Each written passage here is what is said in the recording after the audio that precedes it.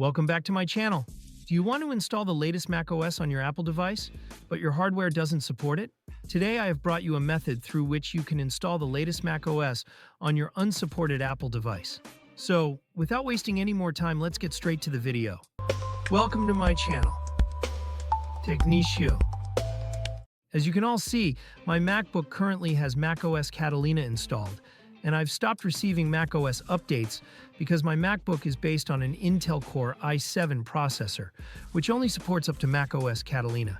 For this reason, if I want to install any apps like WhatsApp or others, I can't because they now require a minimum of macOS Monterey and do not support older versions. So now I will update it by bypassing the hardware check. So I will open the browser and search for OpenCore Legacy Patcher. From the search results, I will open the GitHub website, and here from the releases section, I will open the latest release. Then, I'll scroll down and download the auto package from the assets section. After the download is complete, I will open this package. Then the MacBook will verify the source of the package, and an error will appear because this is third-party software, so the device will block it. Therefore, I will go to Settings and open Security and Privacy Settings from there. Here you will find all the blocked apps. I will click Open Anyway, and the package will open automatically. After verification, a confirmation message will appear again. Then, I will open the setup, and right at the beginning, we will receive a warning not to install the package manually, as it could break your system. Along with this, another warning will appear to only download the package from the official GitHub website and not from anywhere else. So I will now install the package, and for that, I will have to allow it by entering the user password. After the installation is complete, the system will automatically restart. After restarting, if I go to the Launchpad, you will now find OpenCore Legacy Patcher here. I will open it, and you will see 4 options. But first, I will choose the Create macOS Installer option to create a bootable USB. So, for that, I will first download macOS. The app will find available software, and then I will see 4 installers. You can download any of these that you want to use.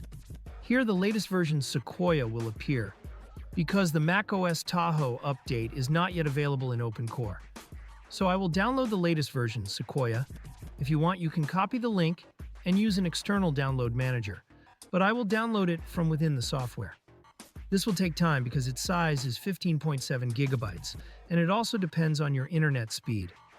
After the download is complete, the software will extract the image file. After the extraction is complete, the software will ask me if I want to create a bootable USB from it. I will click Yes, and the macOS we downloaded will be automatically selected.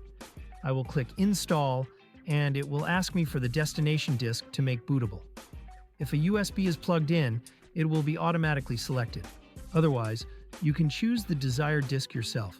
So I will select my USB device, and it will confirm with me if I want to continue, because this process will erase all data on the selected disk, and it cannot be undone. So I will click Yes, and my bootable USB creation will begin.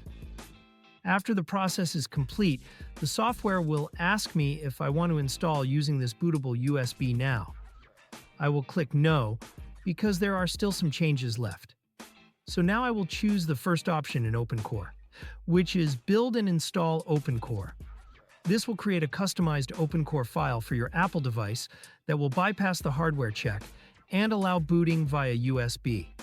After building, I will install it to the disk by clicking Install to Disk. Then all connected hard drives will appear. I will select the USB device, and it will automatically mount the ESP partition, install the OpenCore file to it, and then unmount it. Now, all my settings are complete, and my bootable USB is ready with the latest version, Sequoia. So, I will now reboot and boot via USB. During restart, I will press and hold the Option key so the boot menu opens. From here, I will select the EFI boot option, and we will boot via OpenCore. From here, I will choose the Install macOS Sequoia option. After the system loads, it will go into installation mode, and I will see 4 options, similar to recovery mode. First, restore from Time Machine. Second, install macOS Sequoia. Third, Safari. And last, the disk utility option, from which you can manage your hard drives, meaning you can do partitioning, change formats, or if you want to do a fresh installation, you can erase the hard drive and perform a fresh installation. But I want to keep my data, so I will not make any changes and will close disk utility. Now, I will choose the Install macOS option. And after agreeing to the terms and conditions, I will select the disk. The installation will begin, and during this process, the system will automatically restart once or twice. After the installation is complete, you can see that my MacBook has updated from Catalina to Sequoia, but my user data and settings remain the same as before because I did not perform a fresh installation.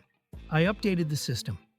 After unlocking the device, the accessibility options will appear, and after this I will receive a software update complete message, which means my MacBook has been successfully updated. If I now show you the system information, you can see that this is the same MacBook with the Intel Core i7, but now it has macOS Sequoia installed. So, in this way, you can install the latest macOS on any old Apple device by bypassing the hardware check. In the next video, I will tell you all about resetting and reconfiguring a router. So don't miss my next video, and please subscribe to my YouTube channel, Technichio, and hit the bell icon so that you'll never miss an update from our channel. Together, let's end tech tantrums. Thank you.